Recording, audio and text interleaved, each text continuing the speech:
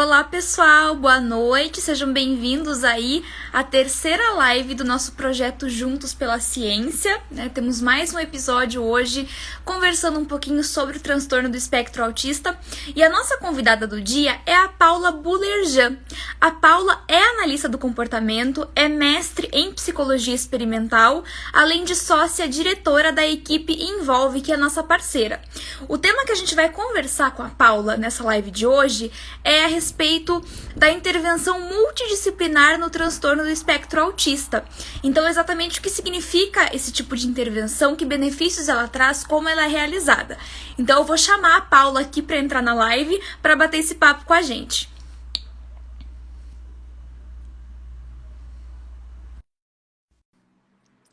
Paula está se conectando.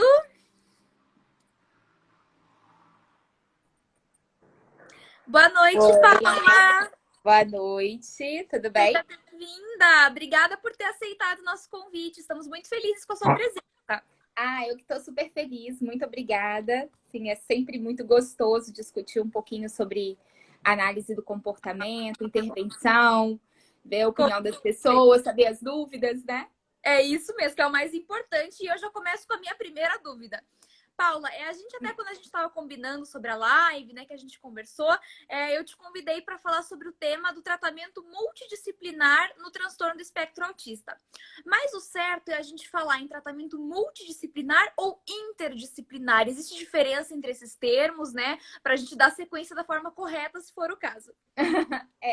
Eu acho que existe sim diferença entre os termos. Falar sobre essa equipe é super importante. Sim.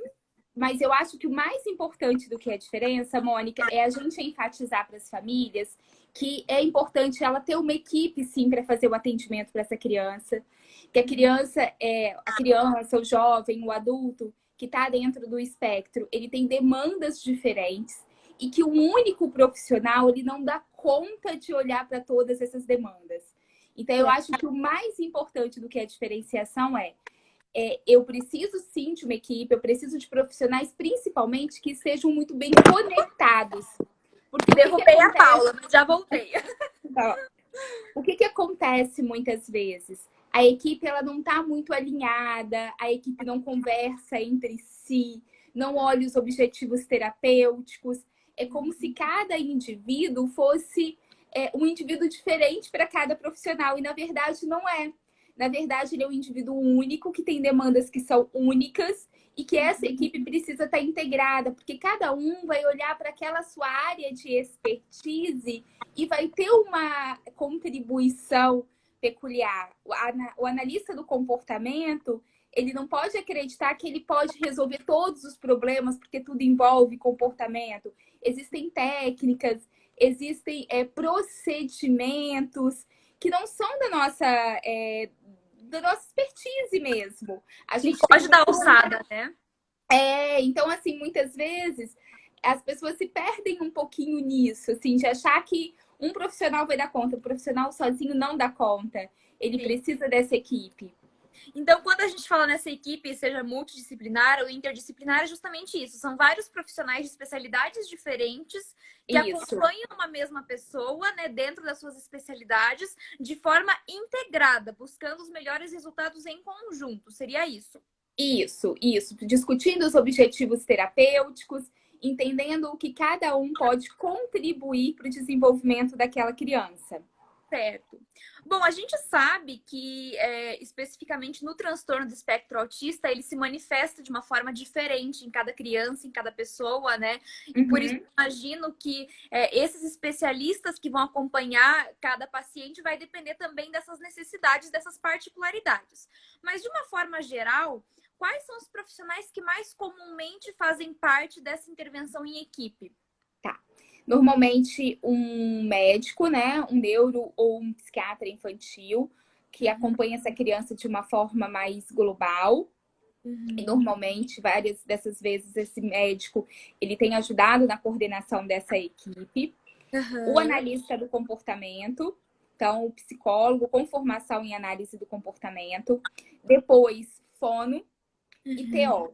Eu acho que fono e TO são os outros dois profissionais que sempre estão à frente, a criança sempre tem demandas nessas áreas, assim, o próprio o desenvolver do transtorno do espectro traz isso, né? Traz questões que são de linguagem, traz questões, às vezes, de coordenação mesmo, desse processo do início da alfabetização ou da independência das atividades da vida diária, que a TO é super importante.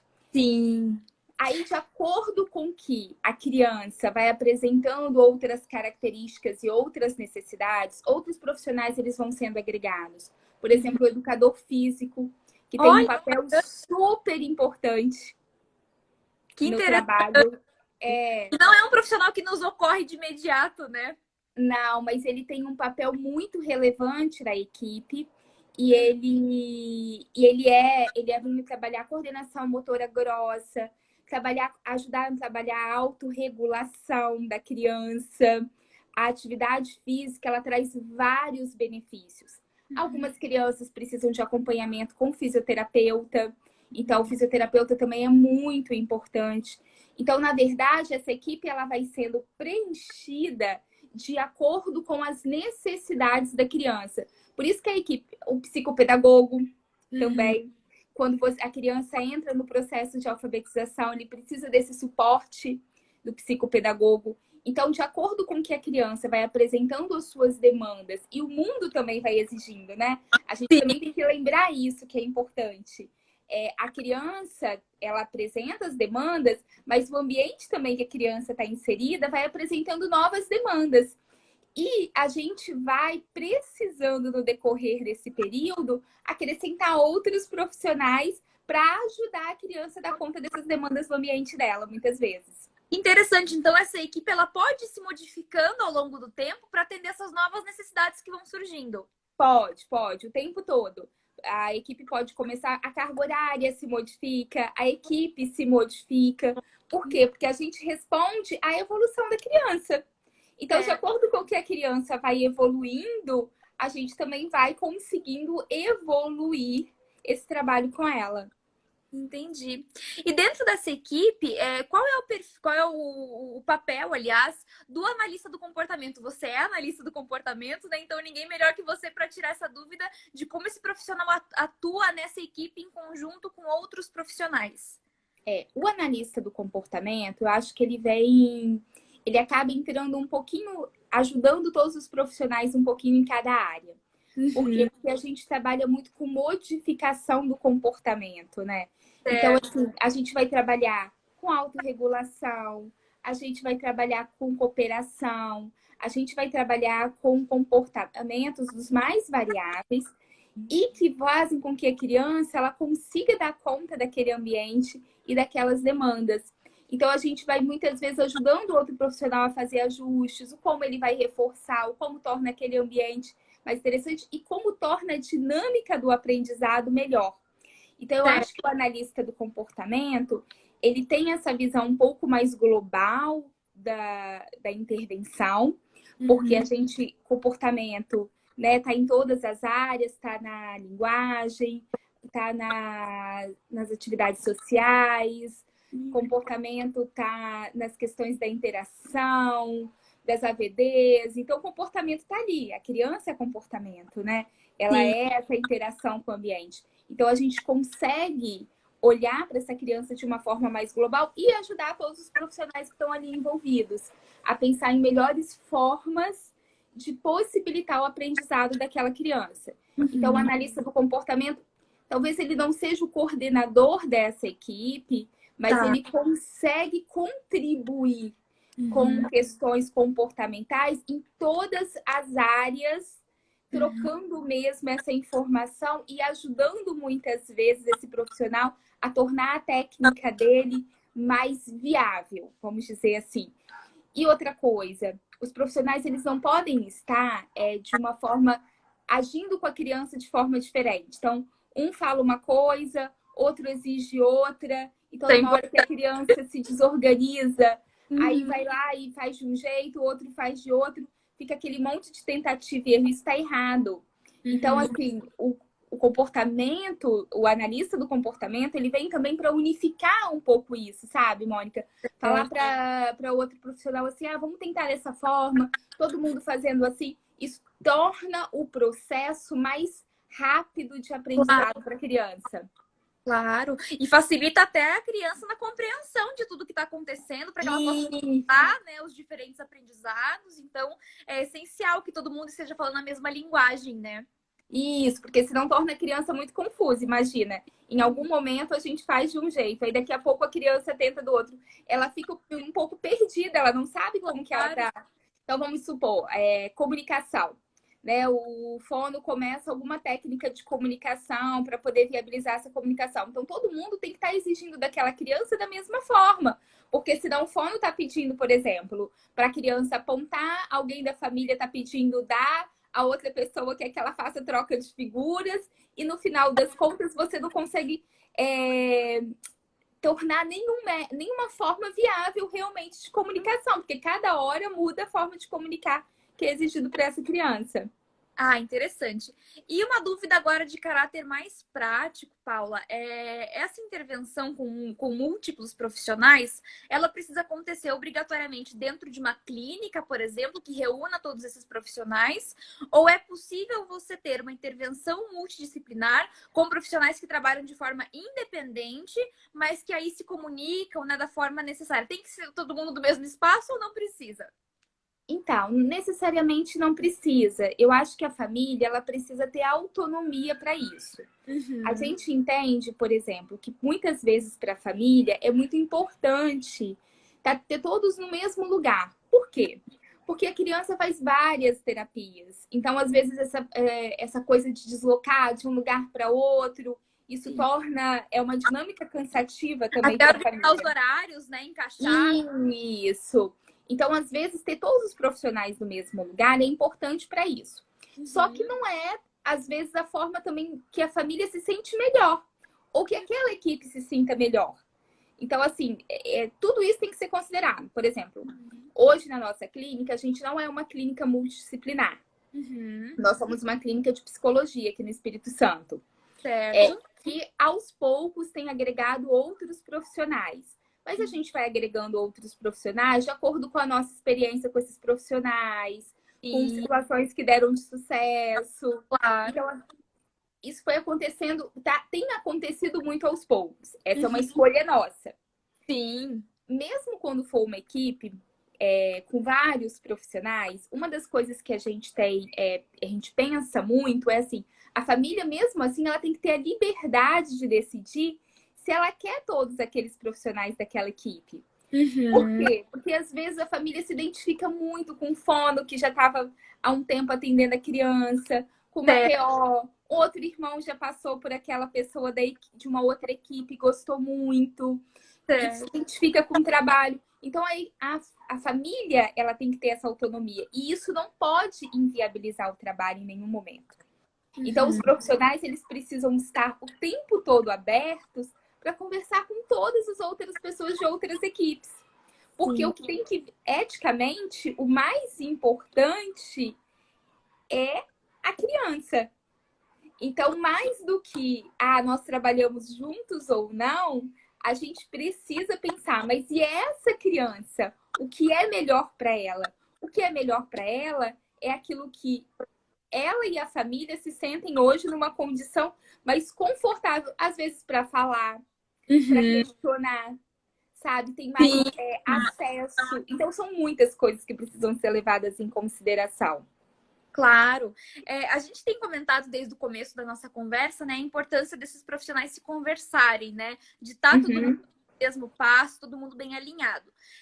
De que forma que isso costuma acontecer? Existe, assim, uma reunião, digamos, sistemática entre os profissionais que atendem a criança? Ó, no dia tal, todo mundo se reúne, a gente vai conversar sobre o paciente tal e vamos alinhar os ponteiros.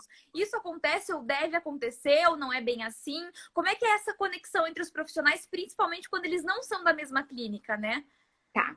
A gente tem algumas formas aqui que a gente tem feito. Uma delas é o seguinte, alguns profissionais têm um volume grande de criança conosco.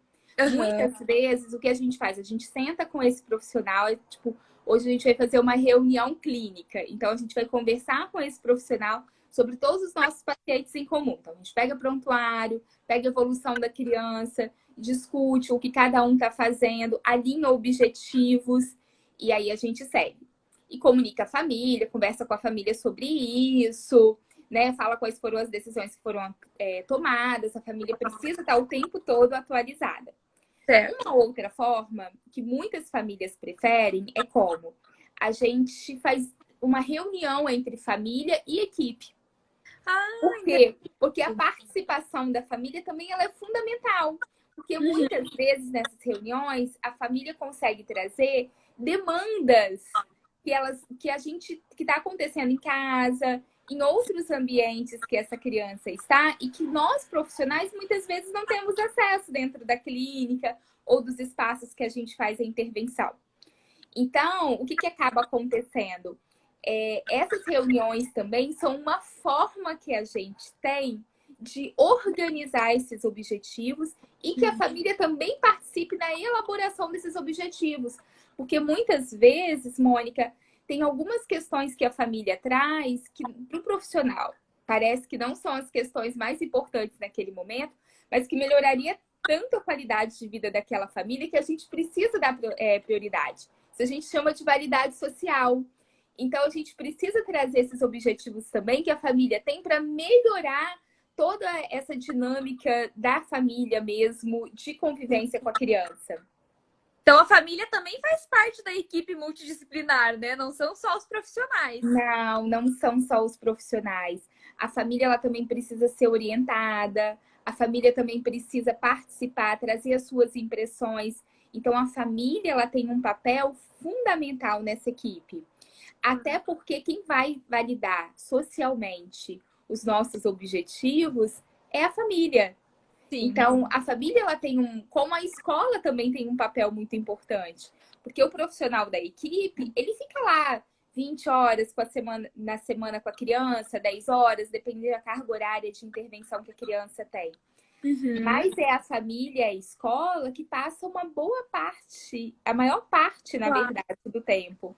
Então, as demandas principais de organização, as demandas que a criança, é a família que vive isso.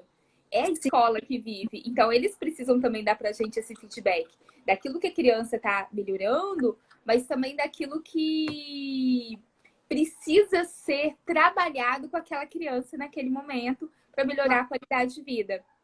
Sim. Eu até ia te perguntar, então, como é que vocês envolvem a escola nesse processo, né? Então, os professores, né, que fazem o acompanhamento da criança também têm um papel aí importante nessa intervenção. Tem, fundamental. A escola, normalmente, ela não vem para a clínica para essas reuniões.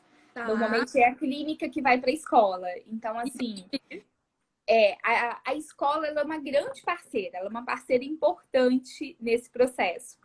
Certo. Então, a gente precisa também ter uma clareza, por exemplo, na escola, do que é esperado da criança. Isso é muito importante.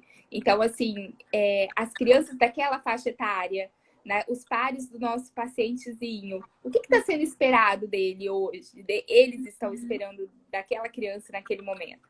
Aquela criança de 3, 4, 7, 8 anos.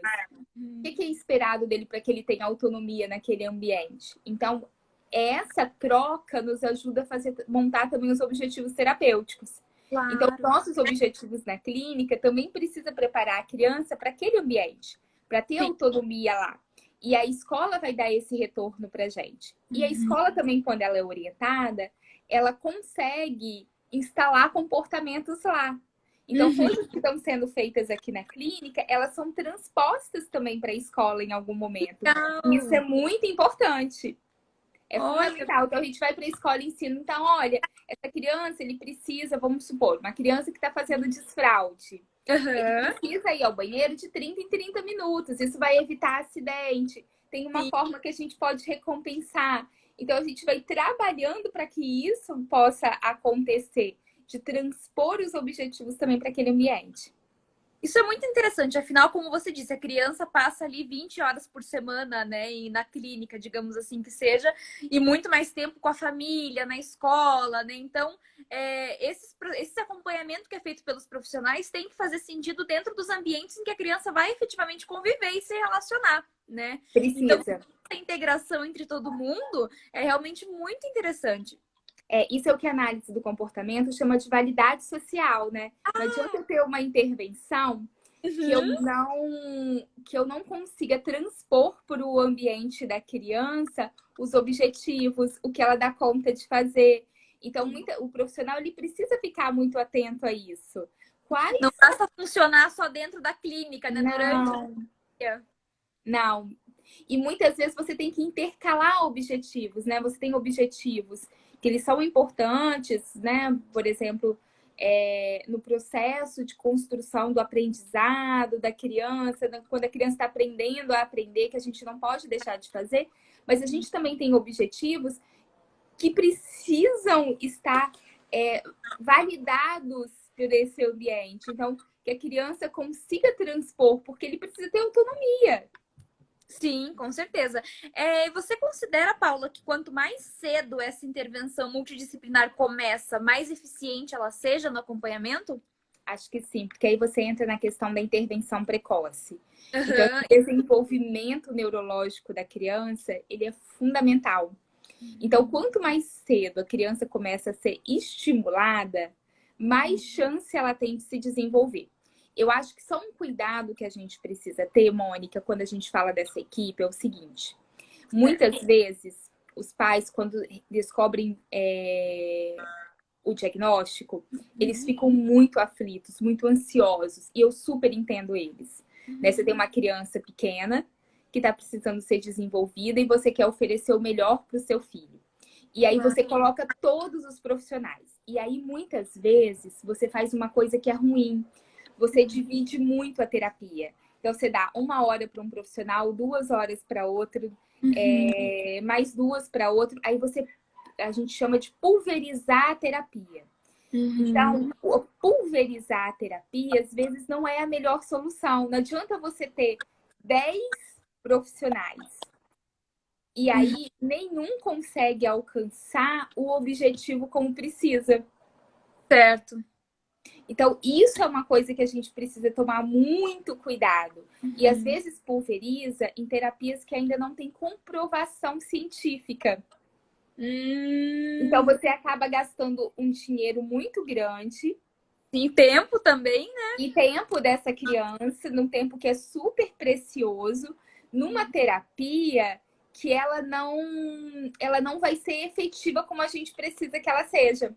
Sim, entendi. Então, esse é um cuidado. Isso eu sempre falo muito com os pais. Tem uns médicos que eles usam o termo assim, algumas terapias são perfumaria. Eu acho que, eu concordo, são aquelas terapias que não têm comprovação, mas que as crianças gostam, que oferecem um momento importante para a criança. Mas eu acho que você precisa ter escolhas nesse momento que são importantes. Às vezes é melhor você ter uma equipe menor, 2, 3 profissionais, um analista do comportamento, a fono, a TO, e você do que ter 5, 6, 7, 8 e nenhum ser muito efetivo. A Heloísa está falando uma coisa aqui que eu concordo muito com ela. A capacitação dos pais novos no diagnóstico, ele é importante. Então, isso que tem acontecido, né? Dos pais estarem buscando muito conhecimento. A Heloísa é uma mãe que busca muito. Facilita também, porque às vezes eles pulverizam por falta de conhecimento. Sim. Porque todo mundo vai oferecer 1000 coisas. Sim, é verdade. E já que você tocou nesse assunto, Paula, como é que funciona, então, esse ponto de partida, né? Porque, como você comentou, os pais recebem o diagnóstico, é um momento muito confuso, né? De muita aflição, até você entender o que se passa, compreender, até porque a gente sabe que a disseminação a respeito do transtorno do espectro autismo, né? Do conhecimento sobre isso, não é ainda muito acessível, né? A todo mundo, então tem esse momento meio confuso. Quem é que orienta os pais nesse início? Qual é o profissional que vai indicar para os pais quais são as terapias mais indicadas para aquela criança naquele momento, como que ele pode proceder. Quem é que dá esse suporte inicial para que os pais saibam que caminho eles devem seguir? Então, esse suporte inicial ele é muito dado pela equipe médica. Certo. Então, assim, o neuropediatra, o psiquiatra infantil, o médico que faz o diagnóstico e que acompanha o desenvolvimento da criança, ele tem um papel importante nesse aspecto, até de direcionar a família. Então, ter um profissional da medicina atualizado, que seja referência nesse aspecto, é muito importante. Então, assim, porque ele vai conseguir direcionar a família para isso. Olha, é uma criança que talvez agora a educação física tenha um papel importante. É uma criança que talvez agora precise do fono. Muitas vezes a família precisa discutir, até com esse profissional, questões que são financeiras. Claro. Olha, o que eu posso fazer hoje para o meu filho financeiramente é gastar tanto. O que é prioridade? Acho que o profissional da área da medicina, eu falo sempre muito isso, ele tem que tentar, na hora que ele vai fazer o encaminhamento das terapias, fazer essa hierarquia com a família. O que é mais importante? O que é relevante? O que não pode faltar agora? E o que você pode ir acrescentando aos poucos. Muitas vezes também, Mônica, começar tudo ao mesmo tempo, a criança ela não está preparada, ela ainda chora muito, ela não entendeu a dinâmica da terapia. Então, às vezes também ir começando aos poucos ajuda. Então, o médico ele tem essa expertise muitas vezes de conseguir olhar para essa criança de uma forma mais global. Então, o médico é um profissional muito importante. Até ela comentou ali com a gente que, infelizmente, poucas pessoas, né, têm acesso ao acompanhamento médico que consiga, né, trazer essa orientação adequada, né? Isso é uma realidade muito triste, mas muito, muito evidente, né, no nosso país, principalmente, que, infelizmente, nem todos os pais têm esse acesso, né? Não tem. Mas eu acho que, infelizmente, quando a gente entra nessa questão, essa seara, o acompanhamento é difícil, não só na área médica, em todas, né?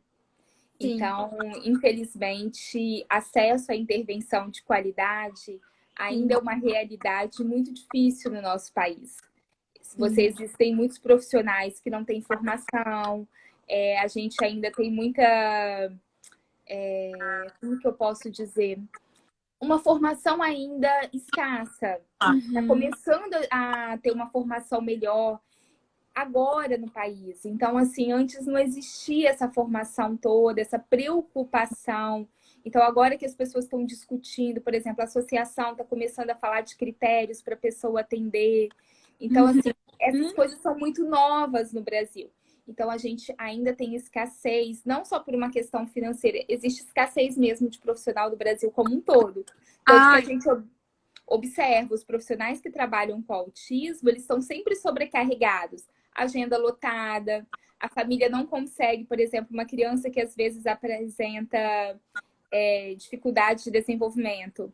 A família percebe, nem sempre ela consegue imediatamente acesso ao médico, porque a agenda daquele médico que é especialista nisso, às vezes está lotado. O do próprio analista do comportamento não é rápida, não é uma... Você liga e na outra semana você consegue. Então, os profissionais, eles estão muito lotados mesmo. Por quê? Porque são escassos. Sim, mas assim, é interessante a gente observar também que, claro, estamos muito longe do cenário ideal nesse momento, mas que esses profissionais, essas áreas estão ganhando espaço pouco a pouco, né? Estão se proliferando, estão aumentando. Então, o que a gente pode esperar é que daqui para frente, né, que seja cada vez melhor esse acesso a profissionais de qualidade, que seja cada vez mais democrático, né, para as famílias. Isso é o mais importante. Acho que sim. Eu acho que cada vez mais tem tido essa preocupação, sabe? O que a gente pode fazer para democratizar mais mesmo esses atendimentos? Isso é muito fundamental. conhecimento e informação, né? Eu tenho visto muito que cada vez mais se procura colocar informação à disposição de pessoas que são leigas, né? Dentro desse assunto, para que tenham condições de se informar também, né? A respeito disso. Então, não tá bom, mas tá melhorando. E eu acho, por exemplo, agora com a pandemia, a gente viu um fenômeno muito legal, né? Muitos profissionais têm organizado lives, têm discutido, têm levado informação de qualidade. Então, assim, a gente também está com um fenômeno muito novo. Eu acho que antes os pais não tinham tanto acesso, assim, a tanta informação. Onde buscar, né? Eu acho que a pandemia, ela acelerou um processo das mídias sociais, de levar essa questão que eles têm falado muito da autoridade, né? Daquilo que você fala.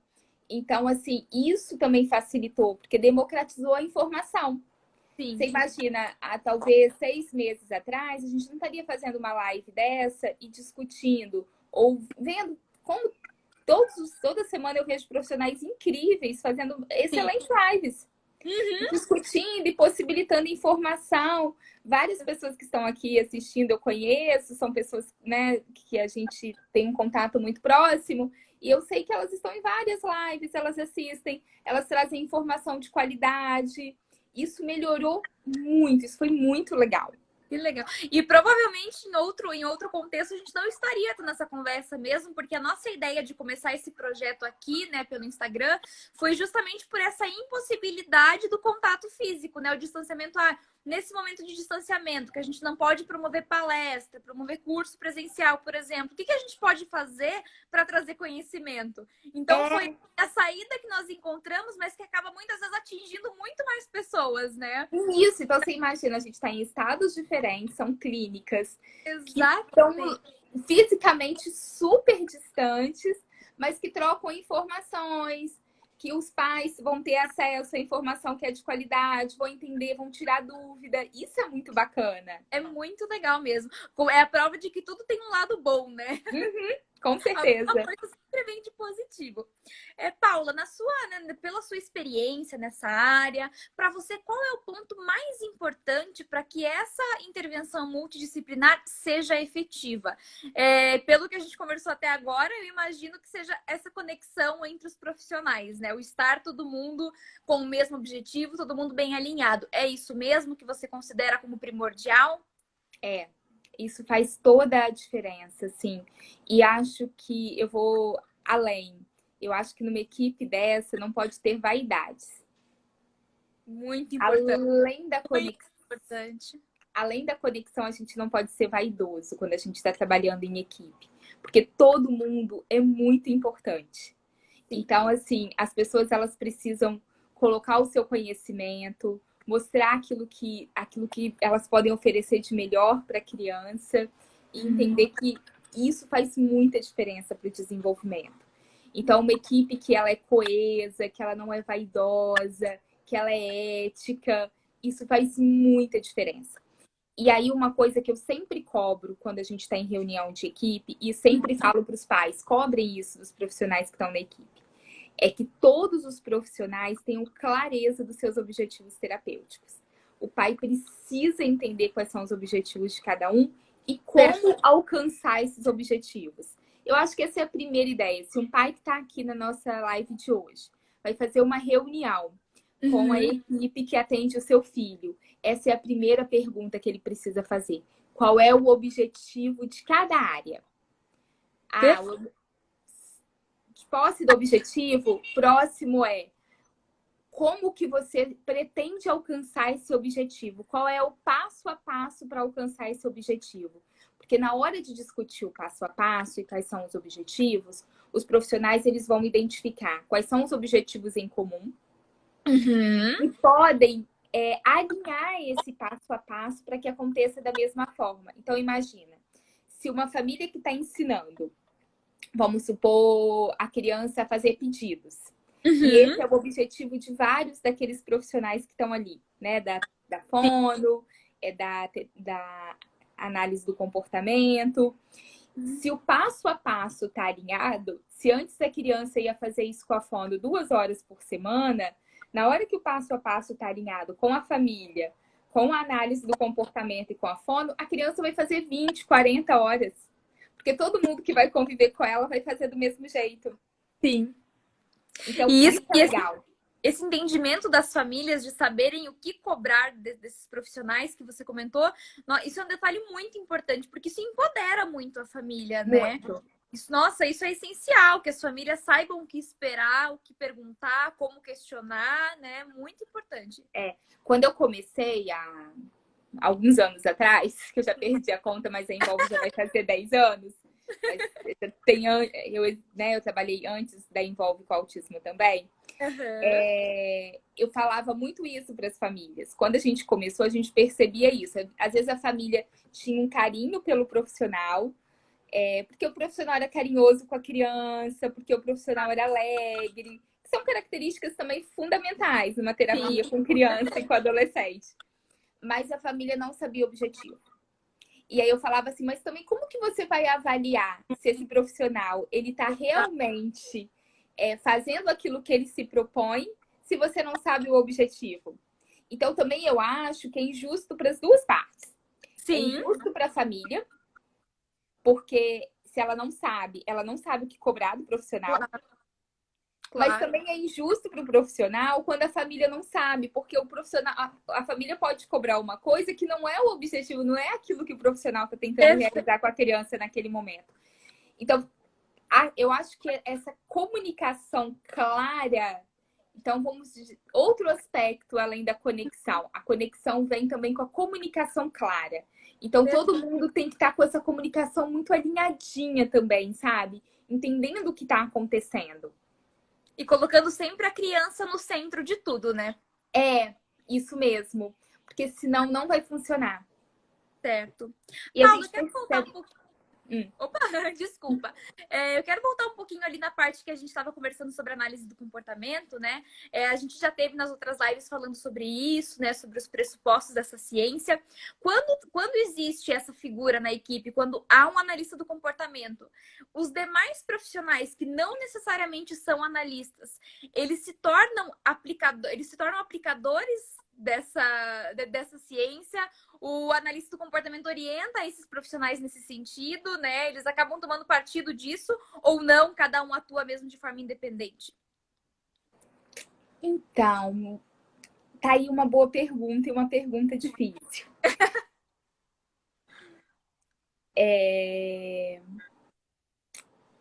Vou pensar, calma aí. Eu acho que tem uma coisa. Muitas vezes faz parte, porque eu acho que o que você está querendo trazer um pouquinho é a história lá das 40 horas, né? A gente fala muito dessa carga horária intensa e tudo mais. Quando eu acho que os objetivos eles estão todos alinhados, eu não falaria que a terapia é ABA, é análise do comportamento aplicada. Certo. Mas eu falaria que entraria nas 40 horas. Ah, perfeito. Entendi. Era essa mesmo a minha dúvida. Porque a criança está sendo estimulada, porque a criança, os objetivos são incomuns. Mas daí a falar que aquele profissional faz parte da equipe ABA, eu tenho dificuldade. Sim. Até porque é uma ciência, né, que exige muito estudo. Isso. Um foco muito grande nisso mesmo. E acho que tem um outro fator, né? O analista do comportamento, ele tem um rigor muito grande, por exemplo, da coleta de dados, de como ele coloca a dica, como ele tira a dica. O procedimento da análise do comportamento, ele é muito detalhado, esmiuçado. Perfeito. Nem todas as vezes os profissionais que estão trabalhando nessa equipe, eles fazem dessa forma tão detalhada. Claro. Então, eu acho que, assim, muitas vezes eles não têm a formação. Sim. Mas eles têm uma contribuição importante. Entendi. Então, perfeito. A Ana, que é sócia aqui da ABA, está nos perguntando: um profissional contribui com os objetivos delineados pelos demais e vice-versa? E sim, né? Existe essa ajuda mútua. A Ana tinha feito uma pergunta que eu também gostei. Que aí se perdeu ali. Ela falou assim, o relatório, ele pode estar feito junto? Eu acho que em alguns momentos, quando a equipe está bem coesa, eu acho que sim. Por exemplo, acho que se você tiver todo mundo na mesma clínica, o relatório deveria ser em comum. A clínica deveria proporcionar isso, sabe? Um relatório em comum. Agora, Sim. eu acho que quando são profissionais de clínicas diferentes, aí eu acho que vale a pena ser relatórios também diferentes. Certo. Porque nem sempre você consegue ter essa comunicação para fazer o relatório, mexer nele. Então, Acaba sendo mais seguro, entre aspas, você ter os relatórios separados, né? separados. Mas eu acho que quando é da mesma clínica, vale uma avaliação em comum. Então, por exemplo, na hora de entregar a avaliação de uma criança que vai entrar na clínica, se na clínica tem fono, se na clínica tem TO, eu acho que todos precisariam participar dessa avaliação. Deveria passar por todos. Sim. E aí formar. Então, tanto que eu vou falar assim, que acho que o legal dessas clínicas que tem já os vários profissionais que já conseguiram formar a equipe é possibilitar isso. Certo. Né? Paula, você uma curiosidade agora. A gente teve uma outra live com outra profissional umas 2 semanas atrás, que ela comentou que no acompanhamento de uma criança específica, até a dentista da criança acabou entrando em dado momento para essa equipe, porque a criança tinha muita dificuldade de passar pela consulta odontológica, né, de sentar na cadeira. Então, até a dentista acabou entrando, não necessariamente para compor a equipe, mas assim, momentaneamente, né, para essa intervenção multidisciplinar. Você já acompanhou algum caso que você teve que trazer para a criança um profissional bem atípico, assim, que não é muito comum, porque ela tinha uma necessidade específica ou não? Eu já trabalhei com o pessoal da odontologia, né? Então não é tão atípico. Não. Eu fui professora num curso de odontologia aqui no estado durante alguns anos. E eu trabalhava na clínica com os pacientes que a gente chamava de pacientes especiais, né? A odontologia ainda usa esse termo. Sim. Mas eu acho que a gente, dentro da nossa equipe, não tanto. Acho que as crianças, como elas já estão assim há um tempo em intervenção, elas conseguem ir nos outros profissionais e responder bem. Mas a gente já teve, por exemplo, uma fase que a gente precisou ajudar crianças em exames oftalmológicos. Olha! Treinar antes para que a criança pudesse identificar os estímulos corretamente na hora que o médico perguntasse. Então, às vezes, aparecem essas demandas, mas como a outra colega deve ter falado, são bem pontuais, assim. Sim, é pontual. É uma demanda que a família traz de algum momento. Por exemplo, se uma das nossas crianças tivesse muita dificuldade com sentar na cadeira odontológica, seria uma possibilidade. Mas aqui no estado a gente tem bons dentistas que fazem um trabalho muito legal nesse aspecto. E aí a gente não precisou ainda entrar muito nesse cenário. Mas precisar, né? Estão todos preparados. A gente já faz o treino de escovação, ajuda, né, no treino de escovação, ajuda nesse processo de dessensibilização da criança, junto com o TO. É bem bonitinho. Muito bacana. Paula, quais você acha que são os maiores benefícios para uma criança que passa por esse acompanhamento multidisciplinar? O que isso deixa na vida dessa criança, mesmo anos depois, quando ela não vai mais precisar desse acompanhamento, né, eventualmente? O que fica de bom que essa união de tantos profissionais consegue trazer para essa criança? Ah, legal. Eu acho que ajuda no desenvolvimento da criança de uma forma que se estende no tempo. Uma coisa, o processo de aprendizado que a criança começa a ter desde muito pequenininha, ela ensina a criança a aprender a aprender. Então, quando você tem vários profissionais engajados em fazer com que a criança aprenda, eu acho que vai facilitar esse processo. Né? Já que a criança continue gostando de aprender, que ela busque também aprender. Então, assim, acho que o principal desafio de todos esses profissionais é fazer com que o aprendizado seja algo legal mesmo para a criança. Sim. Que interessante disso. Que legal. Não sei, não consegui ver quem que nos deixou a mensagem aqui, mas que falou que até a dentista entrou na dança e trouxe a nutricionista junto. Que bacana. E a nutricionista... Aqui, outro profissional que a gente esqueceu de falar, mas que é fundamental. A gente tem muitas crianças que têm restrição alimentar. Então, Ai, nutricionista é fundamental. A gente não tem como pensar numa intervenção com crianças com restrição, recusa alimentar sem ter uma nutricionista na equipe. A gente consegue pensar no procedimento comportamental. Mas, por sim. exemplo, o analista do comportamento não saberia escolher quais são os melhores alimentos para você Ah, fazer a intervenção naquele momento. O que sim. realmente a criança precisa. Então, esse é um profissional que eu acho que deveria entrar até mais em cena. Uhum. Não por essa questão de dieta, que não tem comprovação científica de glúten, lactose. Não por isso, gente. Sim. Mas é porque as pesquisas mostram que a criança com autismo, ela tem muitos casos de restrição alimentar. Mais de Perfeito. 50% tem. Nossa. Algumas restrições alimentares, não comem determinadas categorias de alimento, Hum, tem recusa. E muitas vezes no dia a dia, são tantos outros problemas que a criança vivencia sim. que você vai. Esse daqui você vai levando. Não, ele comeu hoje. Tá bom, tá bom, tá bom, tá Tá comendo. suficiente. Tá suficiente. E aí, muitas vezes, quando vai pensar que aquilo virou um problema, já é um problema grande. Sim, perfeito. Então, Ah, assim, é um também profissional que precisa muito. a Ana ali ressaltou que o fisioterapeuta e o psicomotricista, né, em muitos É, casos também entram na equipe.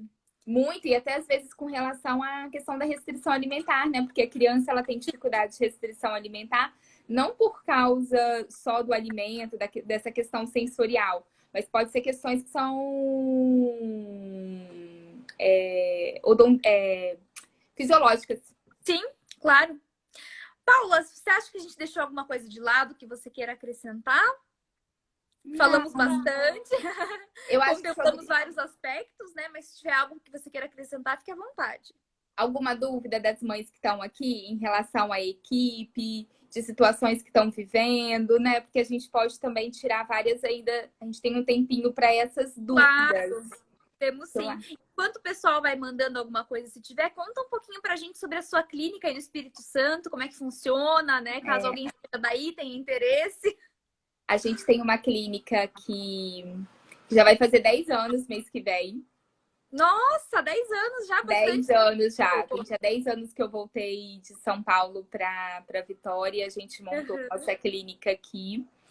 E é uma clínica que não é uma clínica ainda multidisciplinar, é uma clínica de psicologia aqui no estado.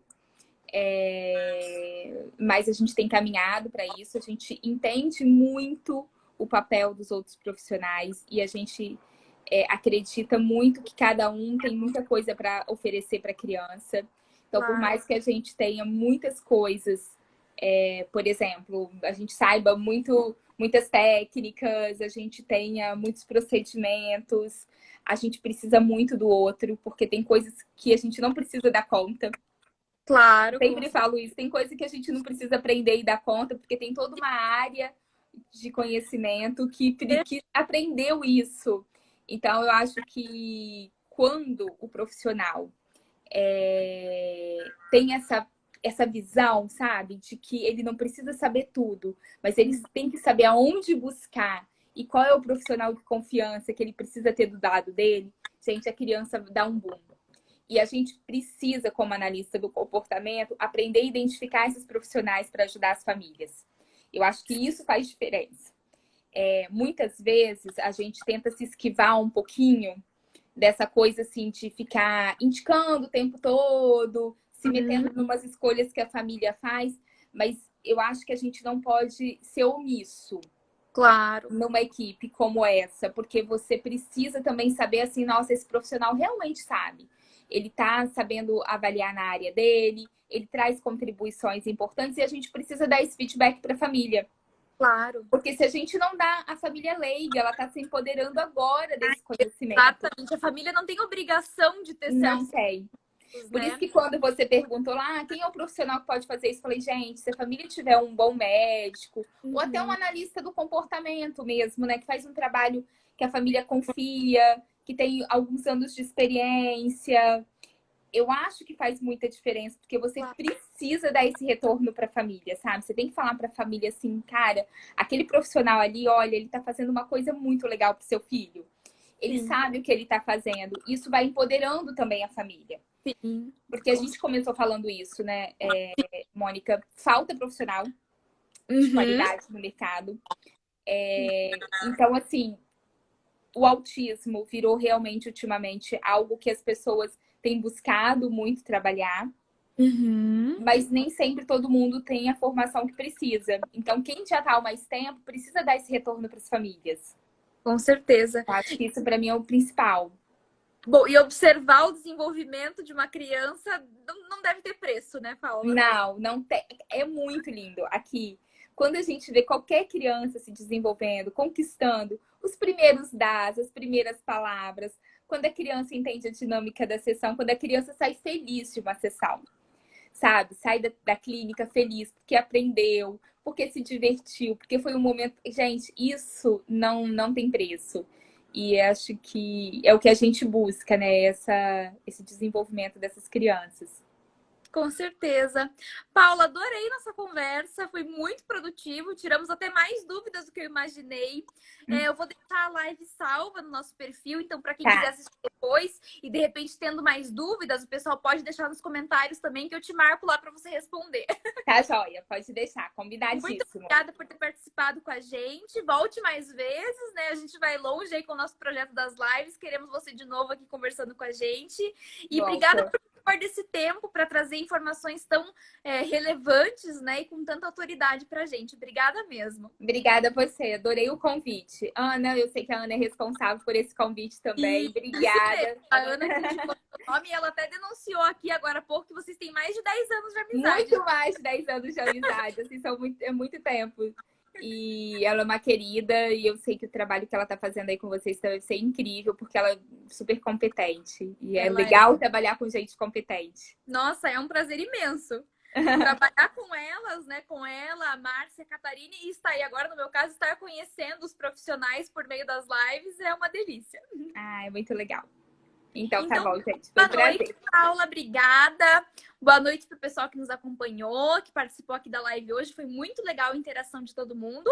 Como eu comentei, a live vai ficar salva no IGTV no nosso perfil. Quem quiser assistir depois, fique à vontade. E na próxima quinta-feira temos mais uma live, mais um profissional aqui com a gente. E aí você fica convidada para assistir. Tá, joia. Fico sim. Então tá, joia, gente. Obrigada, Beijo. Paula. Um beijo. Tchau.